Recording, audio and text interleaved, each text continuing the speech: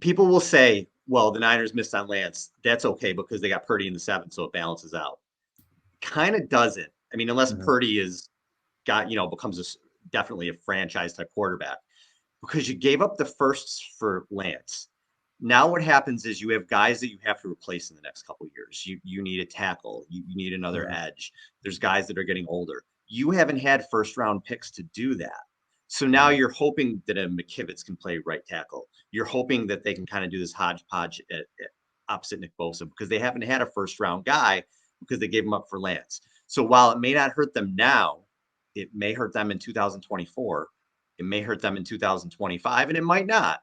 Might not. And we may look back and say, you know what, it was a wash that they drafted well, they filled in these holes in other places, they ended up okay. But it might not. So we'll see where that goes. But it's TBD right now with the Lance thing, whether in the long haul it could end up really hurting this team. But also, let's be honest, the track record of this team drafting well in the first round is really low, It's right? spotty. I mean, Well, outside of Nick Bosa and Brandon Ayuk, you could argue that they haven't drafted well in the first round. But to your point, Al, you're right. If you do this and you've given up those first round picks, it hmm, hurts your long term depth and your ability to replace players. And the way that you overcome that is by drafting well in the later rounds, which they do. They do a yeah. lot and they do really, really well. And so that's where I feel like, I mean, you can bitch and moan all you want about what you gave up for Trey Lance and the fact that it looks like he's going to be nothing for this team.